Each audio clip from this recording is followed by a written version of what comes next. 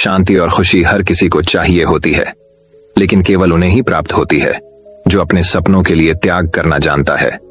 केवल वही लोग सफल हो पाते हैं जो अच्छाई और सत्य के रास्ते पर चलकर, कोई गलती ना करके, केवल अपने लक्ष्य के बारे में हर वक्त चिंतन करते रहते हैं। ऐसी सीख गौतम बुद्ध ने कई सालों पहले उस वक्त की पीढ़ी को क्यों दी थी? इसके पीछे का रहस्य क्या है? आज इसी रहस्य के बारे में हम गौतम बुद्ध की कहानियों के माध्यम से जानेंगे। तो बिना देर किए चलिए उन कहानियों की शुरुआत करते हैं। पहली कहानी दोस्तों, कई लोगों का कहना होता है कि अगर उनकी परिस्थिति अच्छी होती तो वह जीवन में बड़ा मुकाम हासिल कर लेते, लेकिन क्या उनके गरीब रहने के पीछे की सच्चाई यही होती है? यही आज हम एक कहानी के माध्यम से जानेंगे। दोस्तों, बहुत समय पहले की बात है। पुराने गुरुकुल में एक सुबह एक गुरु अपने शिष्यों को प्रवचन दे रहे थे। वो शिष्यों से कह रहे थे कि जब कभी भी आप शांत मन से बैठकर सोचेंगे तो आप यह महसूस करेंगे कि ये ब्रह्मांड, ये प्रकृति, ये सबको समान रूप से अवसर देती है। या हर एक के लिए अपार संभावनाएं हैं, अथाह भंडार है जो जितना चाहे ले सकता है। लेकिन साथ ही साथ आप यह भी महसूस करेंगे कि हमें लेना नहीं आता, हमें हासिल करना नहीं आता, क्योंकि किसी भी चीज को हासिल करने का एक तरीका होता है, एक विधि होती है, और कुछ ऐसे सूक्ष्म रहस्य है जिनका अभ्यास करना ही उस सफलता का आधार होता है, उस सफलता को पाने का सही तरीका होता है। कौन है ऐसा जो सफल नहीं होना चाहता? कौन है ऐसा जो खुश नहीं रहना चाहता? मगर फिर वो ऐसी कौन सी चीज है जो हमें ये सब पाने से रोकती है? वो है हमारे खुद के नकारात्मक विचार, वो है हमारी खुद से होने वाली नकारात्मक बातचीत, और हमारा मन खुद ही ऐसे विचार पैदा करता रहता है जो हमारे आत्मविश्वास को कमजोर बना देता है और हमें विश्वास दिला देता है कि हम उस सफलता के लायक नहीं। और यही वह सूक्ष्म रहस्य है, अपने मन में चल रहे विचारों को एक सही दिशा देना, उन्हें नकारात्मक से सकारात्मक की ओर मोड़ना, खुद से की जाने वाली मानसिक बातचीत को सही करना और खुद पर विश्वास करना। गुरु ने आगे कहा, क्या आपके अंदर कुछ ऐसा है जो आपको मुश्किल से मुश्किल वक्त में भी हार नहीं मानी देता? लोग जब उदास और परेशान होते हैं तो अक्सर वो सब कर बैठते हैं जो उन्हें नहीं करना चाहिए। नकारात्मक भावनाओं की वजह से कई बार हमारे अंदर की बुराई बाहर आ जाती है और हम गलत कदम उठा लेते हैं। गुरु ये सब बोल ही रहे थे कि तभी एक शिष्य खड़ा होता है और गुरु से प्रश्न करता है, गुरुदेव, क्या आप हमें बता सकते हैं कि हमें अपने अंदर की बुराई और नकारात्मकता का सामना कैसे करना है और जिंदगी को सकारात्मक विचारों के साथ कैसे जीना है? गुरु ने मुस्कुराते हुए कहा, खुश रहना उतना भी मुश्किल नहीं है जितना आप सोचते हैं। बस हमें हर सुबह और शाम अपने विचारों को सही दिशा देना है। हर नया सवेरा एक उम्मीद लेकर आता है, क्योंकि हर नए दिन के साथ नए सपने, नई उम्मीदें और नए मौके मिलते हैं। इसीलिए अपनी हर दिन का दिल से स्वागत करो। कौन जाने कल क्या होगा, क्योंकि आने वाला समय तो किसी ने नहीं देखा है ना। अक्सर हम सभी सोचते हैं कि हमारे सामने एक लंबी जिंदगी पड़ी है। ये बात सच है, लेकिन यह भी एक सच है कि जिंदगी का कोई भरोसा नहीं, कब क्या हो जाए कहना बड़ा मुश्किल है। इसीलिए हर दिन को अपना एक नया जन्म समझकर जीना शुरू करो, क्योंकि इस सोच के साथ जीवन जीने से आप कभी दोबारा उदास महसूस नहीं करेंगे, बल्कि आप खुद से और अपने करीबी लोगों से और भी ज्यादा प्रेम करने लगेंगे। और फिर जो भी करेंगे पूरे जोश और उत्साह के साथ करेंगे। आपका हर दिन हंसी और खुशी के साथ बीतेगा। गुरु ने आगे कहा, अगर आप सफलता चाहते हैं तो आपको कुछ समझौते भी करने पड़ेंगे। जीवन का यही नियम है, अपनी आराम की स्थिति में रहते हुए आप कभी कुछ बड़ा हासिल नहीं कर सकते। जीवन में बदलाव लाकर ही आप उसे एक नई दिशा दे सकते हैं। इसीलिए हर बदलाव का खुले मन से, खुले दिल से स्वागत करो। जो लोग समय के साथ बदलना सीख जाते हैं, सफलता भी उन्हीं को मिलती है। अगर आपको लगता है कि आपकी जिंदगी में बहुत मुश्किलें हैं और आप परेशान हो चुके हैं, तो आपको मुश्किलों का सामना करने के प्रति अपने नजरिए को बदलना होगा, अपने सोचने के तरीके को भी बदलना होगा। चाहे कोई सा भी बदलाव आए और वहीं कितना ही मुश्किल क्यों ना लगे, आप बस उसका सामना कीजिए। आपको शायद नहीं पता, पर आप अपनी सोच से कहीं ज्यादा मजबूत है, और आपकी जिंदगी में जितनी मुश्किलें आएंगी आप उतने ही मजबूत होते चले जाएंगे, क्योंकि हर मुश्किल एक नया अनुभव, एक नया सबक देकर जाती है। और फिर आपको सफल होने से कोई नहीं रोक पाएगा और आपकी जिंदगी खुशियों और कामयाबियों से भर जाएगी। बुरे काम करके ये मत सोचो कि अब आपके साथ कुछ अच्छा होगा। अगर जिंदगी में सब कुछ अच्छा चाहिए तो फिर अच्छा ही सोचना होगा और अच्छा ही करना होगा, तभी आप पर इस ब्रह्मांड की मेहरबानी होगी। इसीलिए अपनी सोच और अपने कर्म पर सही नियंत्रण रखो। हम दुनिया को किस नजर से देखते हैं, यह काफी हद तक हमारी अपनी सोच पर निर्भर करता है।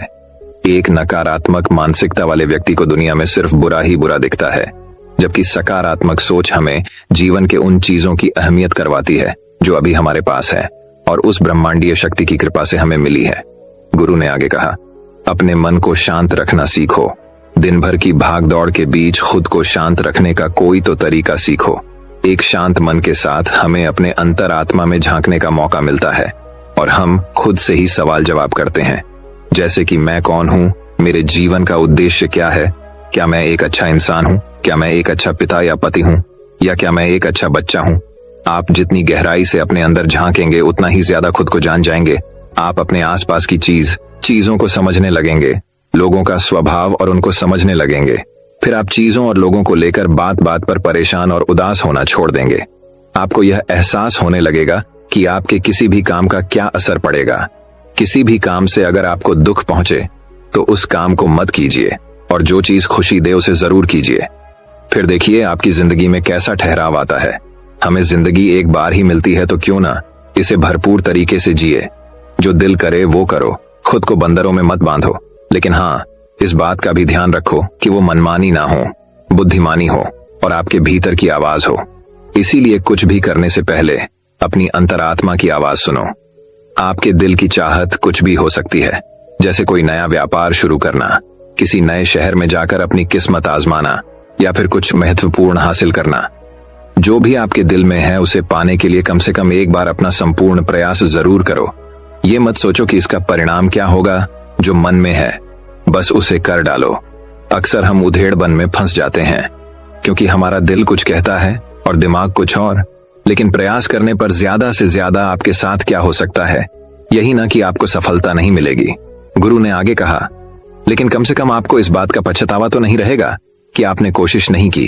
कुछ ना करने से तो बेहतर है कि हम उस काम को करके उसमें असफल हो जाएं। गुरु ने आगे कहा, आपकी अंतरात्मा आपकी भलाई चाहती है। इसकी आवाज को कभी भी नजरअंदाज मत करो, क्योंकि अंदर से आने वाली आवाज ही हमें सफलता के रास्ते पर ले जाती है। जब भी आप कुछ गलत सोचते हैं या करते हैं तो सबसे पहले अंदर की आवाज ही आपको टोकती है, गलत करने से रोकती है। कभी सोचा है ऐसा क्यों? क्योंकि ये हमेशा हमारा भला चाहती है। यही तो ऊपर वाले का दिया हुआ सबसे अनमोल उपहार है हमारे पास, जिसे हम समझ या बुद्धिमत्ता कहते हैं। अगर जिंदगी की खूबसूरती को समझना है तो अपने अंदर झांक कर देखो। ये देखो कि तुम्हारे पास क्या क्या है और तुमने अपने जीवन में कितना कुछ हासिल किया है। जिंदगी की सुंदरता को आप केवल तभी महसूस कर पाएंगे जब आप धन्यवाद के भाव से भरे रहेंगे, बजाय यह सोचकर दुखी होने के कि हमारे पास क्या नहीं है। यह सोचकर खुश रहो कि हमारे पास कितना कुछ है और इसी संतोष की भावना और शांत मन के साथ अपना प्रयास जारी रखो। इतना कहने के बाद गुरु कुछ देर के लिए मौन रहे और फिर कहना शुरू किया, क्या आप जानते हैं शब्द तलवार से ज्यादा ताकतवर होते हैं, इसीलिए शब्दों का उपयोग सोच समझकर करना होता है। ऐसी बात करने से बचो जो किसी दूसरे को बुरी लगे। साफ और स्पष्ट राय रखना अच्छी बात है, लेकिन किसी को ऐसी बात मत बोलो जो उसे अंदर तक चुभ जाए। सच भी तो सभ्यता के साथ कहा जा सकता है ना। अगर आप क्रोध में हैं तब भी किसी को उल्टा सीधा कहने से बचो, कहीं ऐसा ना हो कि आपको बाद में पछताना पड़े। बात करते समय अपनी आवाज में नमी रखो। जहां तक हो सके साफ बात कहो, लेकिन प्रेम से कहो। एक अच्छा इंसान बनने के लिए आपको सिर्फ इतना ही करना है। हाँ, लेकिन इन आदतों को अपने स्वभाव का हिस्सा बनाने में समय लगता है, क्योंकि इनका अभ्यास करना पड़ता है। खुद से पूछिए कि क्या आप एक अच्छे इंसान हैं और आपको क्यों लगता है कि आप अच्छे हैं। आपके अंदर ऐसी कौन सी खास बात है? आप दूसरों से किस तरह से पेश आते हैं? ये सवाल आपको अपनी कमियां जानने में मदद करेंगे।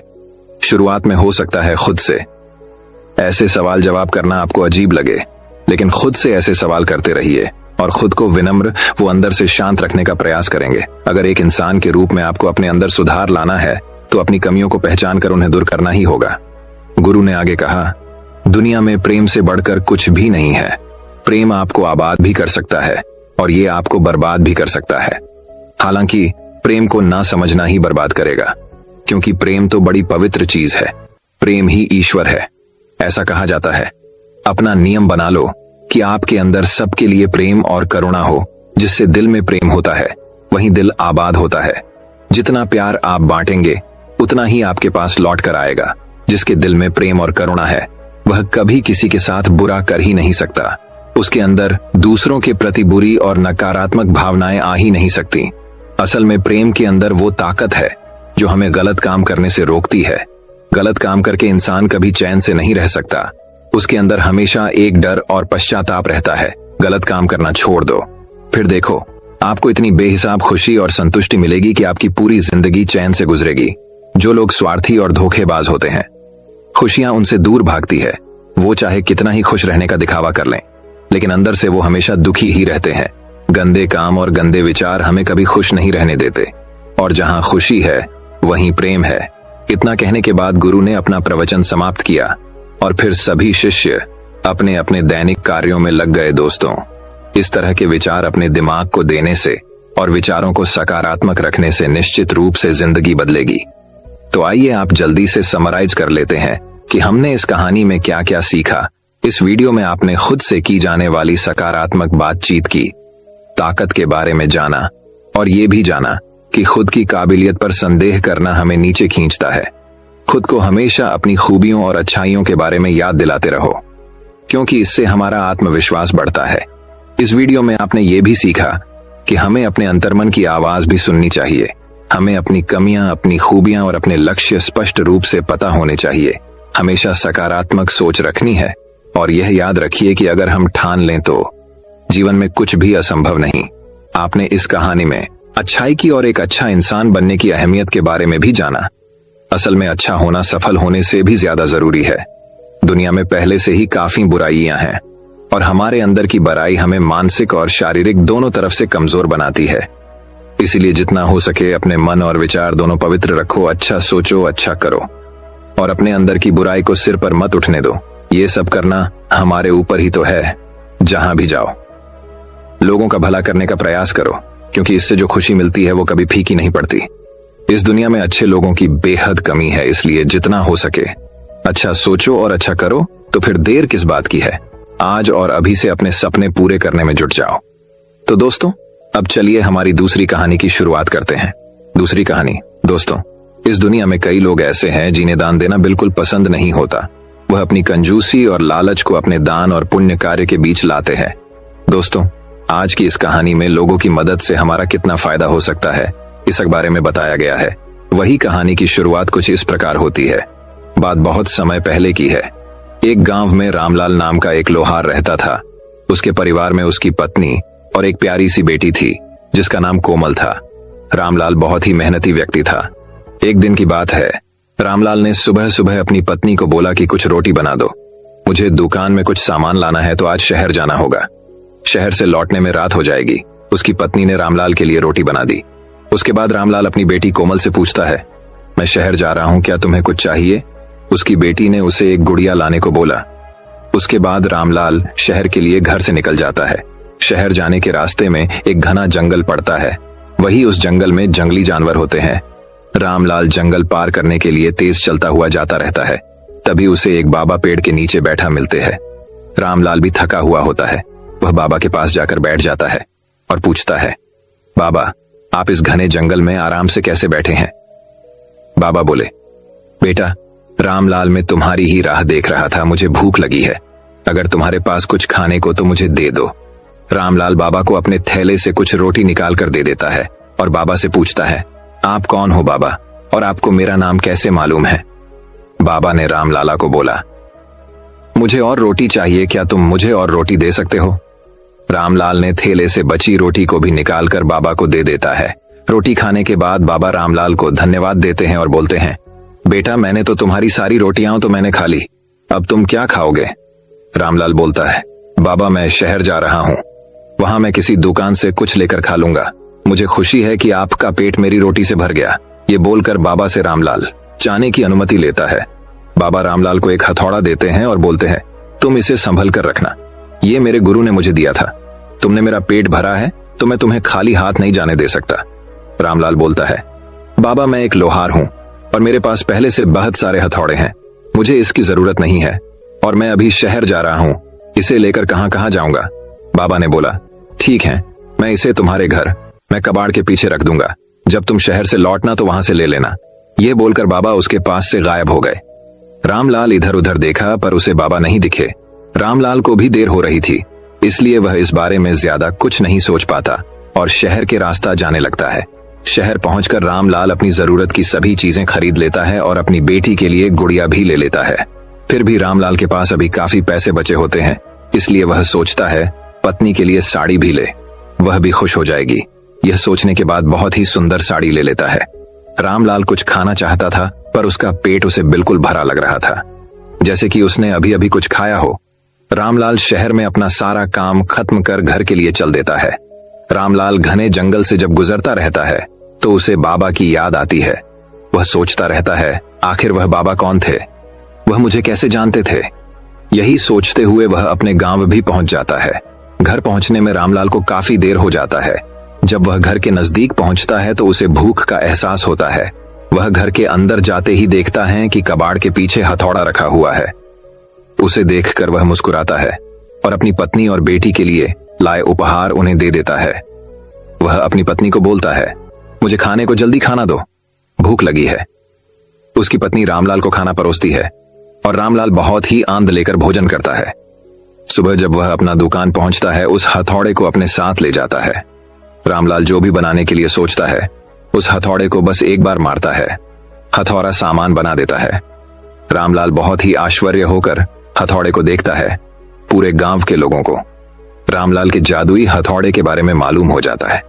रामलाल की दुकान पर ही सारे गांव वाले आने लगते हैं, बर्तन हो या खेत में काम करने वाला कोई भी सामान रामलाल के हथौड़े से मिनटों में बनकर मिल जाता है। एक दिन गांव के मुखिया ने रामलाल को बुलवाया और बोला रामलाल क्या तुम सामने वाला पहाड़ तोड़ सकते हो? इस पहाड़ के वजह से शहर जाने में लोगों को ज्यादा तकलीफ होती है, जिसके कारण जंगल के रास्ते जाना होता है। पहाड़ तोड़कर शहर जाने का रास्ता यहां से अगर बन जाए तो बहुत ही अच्छी बात होगी। रामलाल मुखिया को बोलता है मैं देखता हूं। जैसे ही रामलाल ने एक हथौड़ा पहाड़ पर मारा वह पूरा टूट कर बिखर गया। गांव के सभी लोगों ने उस मलबे को वहां से हटाकर सारे गांव के लोगों ने वहां पानी डालकर बहुत ही सुंदर रास्ता बना दिया। रामलाल की चर्चा आसपास के सभी गांव में भी होने लगी। एक दिन रामलाल ने सोचा इस हथौड़े से मेरा क्या फायदा है, इससे तो लोगों को फायदा होता है, उनकी चीजें झटपट बनकर उन्हें मिल जाती है। ऐसा सोचकर रामलाल अगली सुबह ही बाबा को ढूंढने जंगल पहुंच जाता है। उसे वह बाबा उसी पेड़ के नीचे बैठे मिलते हैं। रामलाल बाबा को देखते ही जो वह सोच रहा था उसे क्या फायदा, उस हथौड़े से ऐसा बाबा को बोलता है। बाबा उस पर हंसने लगे और बोले तुम इस हथौड़े से बहुत कुछ कर सकते हो, अपनी बुद्धि लगाओ। रामलाल अपनी दुकान में जाता है और बाजार में मिलने वाले सारे बर्तन और खेत में काम आने वाले सामान औजार उसके पास जितना भी लोहा था उन सब का कुछ न कुछ बना दिया, जिसके बाद वह नया दुकान खोलकर बैठ जाता है। बाजार से कम पैसे में चीजें बेचने लगता है। धीरे धीरे वह शहर में भी एक बहुत बड़ी दुकान खोल लेता है और बहुत ही धनी आदमी बन जाता है। रामलाल ने अपनी बुद्धि लगाई, पर बाबा के कहने पर दोस्तों ये कहानी हमें यह शिक्षा प्रदान करती है कि अगर हम किसी की मदद पूरे दिल से करें तब आपको भी उसका कोई न कोई फल जरूर मिलता है। मन में लोगों के प्रति अच्छा भाव रख हमें लोगों की और अपना मदद का हाथ उठाना चाहिए। अगर हमारे पास देने को बहुत हो तो मदद करने में हमें कंजूसी नहीं करनी चाहिए। जो लोग कंजूसी न कर लोगों की सेवा करते हैं ऐसे व्यक्ति को ही ईश्वर बहुत सारी चीजें प्रदान करते हैं। तो दोस्तों अब चलिए हमारी तीसरी कहानी की शुरुआत करते हैं। तीसरी कहानी वही दोस्तों। दूसरी कहानी हमें जीवन में खुशी और सुख कैसे मिलेगा इस पर आधारित है। उस कहानी की शुरुआत कुछ इस प्रकार शुरू होती है। शीतल नगर के मंत्री माधव हमेशा से ही अपने नायाब तरीकों से जवाब देने के लिए जाने जाते थे। उनसे कोई भी सवाल पूछा जाए तो वह हमेशा एक अलग अंदाज के साथ जवाब देते थे, चाहे वो सवाल क्यों ना उनकी मनपसंद मिठाई का हो।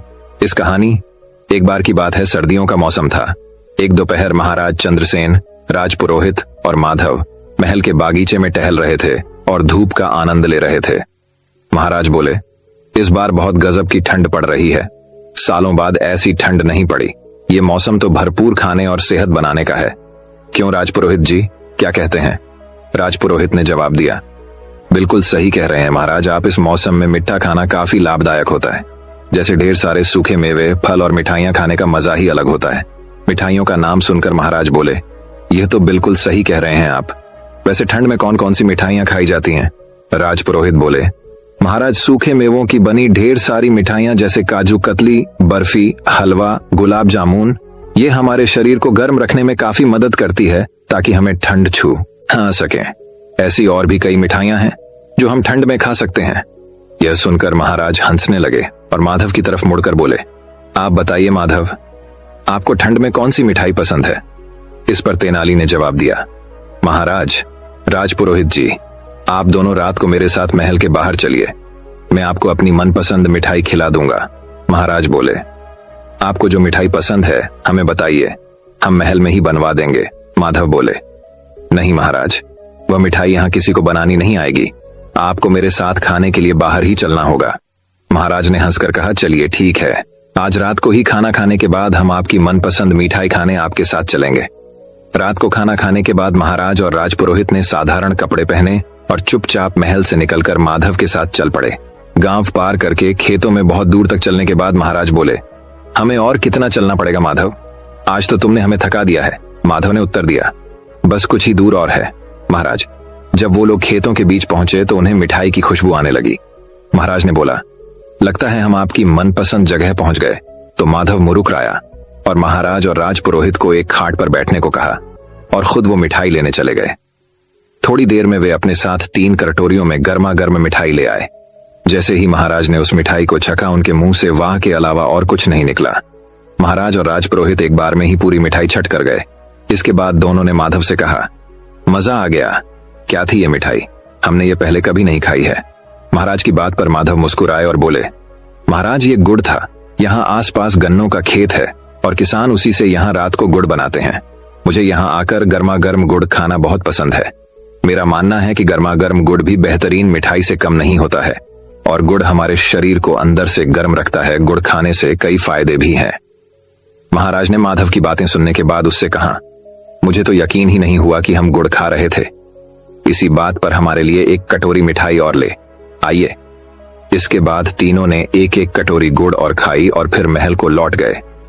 इस कहानी से हमें यह शिक्षा मिलती है, हमें छोटी छोटी चीजों में भी वो खुशियां मिल सकती हैं जो कई पैसे खर्च करने पर भी नहीं मिलती।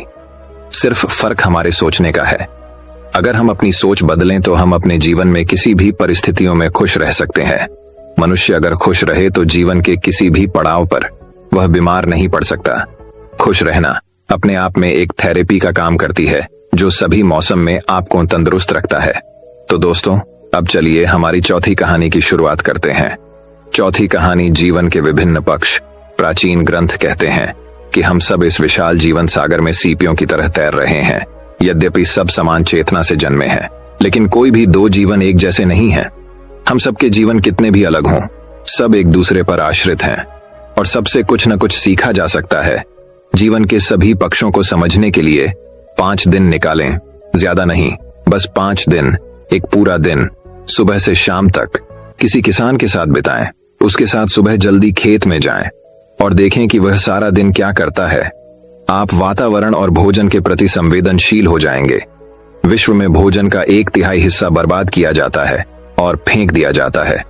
किसान के साथ पूरा दिन व्यतीत करने से आपको पता चलेगा कि भोजन उत्पन्न करने के लिए कितनी अधिक मेहनत और कितने संसाधनों का प्रयोग होता है।